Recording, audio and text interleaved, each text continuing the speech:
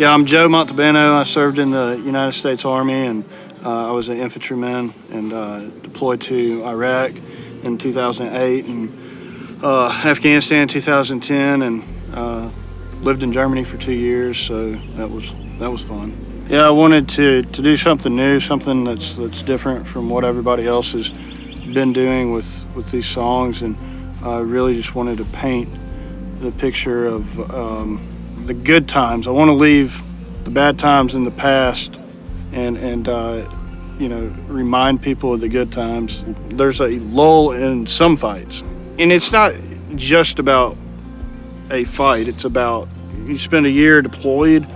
What happened in that year? It wasn't a constant fight every single day. So what happened,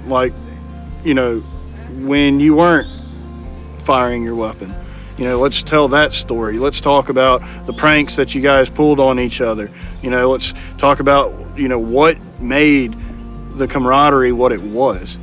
You never hear that story. You always hear about so-and-so got shot and my dog ran off and my girlfriend cheated on me and all this other terrible things. What about the good times? So I just wanted to try to remember the good stuff in a positive light. I've written a lot of songs with combat vets, and we've written the red, white, and blue anthems, I lost my best friend song and all that stuff. And so I was prepared to write something like that today. And we got into discussions about, one, how unusual it was for him to enlist as early as he did.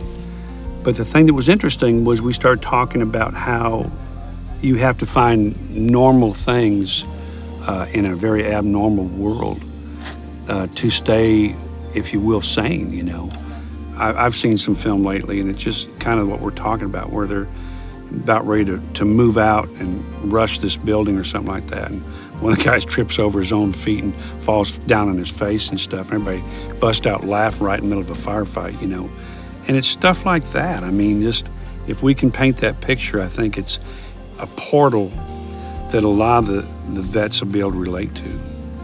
We want to bring the good stuff out in this song. It's not always the good stuff people think about.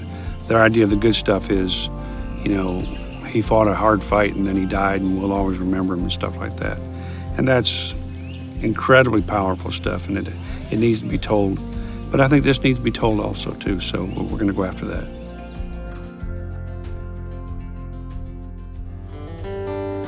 So Joe and I talked a long time out at the ranch, and we talked about everyday things. We talked about combat days and stuff like that.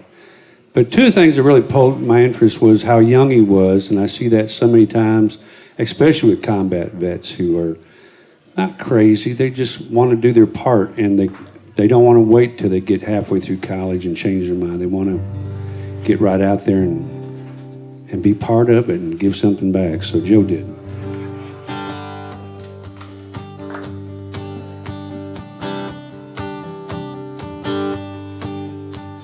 Just another day in a combat zone. Sun is barely coming up. Grab my rifle, head down to the chow hall. Coffee in a paper cup. You work hard and you pray and ask God every day to protect the ones you left back home. Just another day in a combat zone. Just another day in a combat zone. Another day outside the wire. If I said I didn't miss the comforts of home, man, I'd be a liar. Yeah, I could have been cool, could have finished high school, but I had infantry down in my bones. So it's just another day in a combat zone. Most of the time, those days weren't much different than most folks. Except that there was always somebody trying to make damn sure I didn't get back home. When I turned 19 in a combat zone, kicking doors down in Solder City. Yeah, there I was, just barely a kid, had my finger on the 50. When I send them rounds down, all I think about was making damn sure I got my buddies back home. And just another day in a combat zone. It's just another day in a combat zone.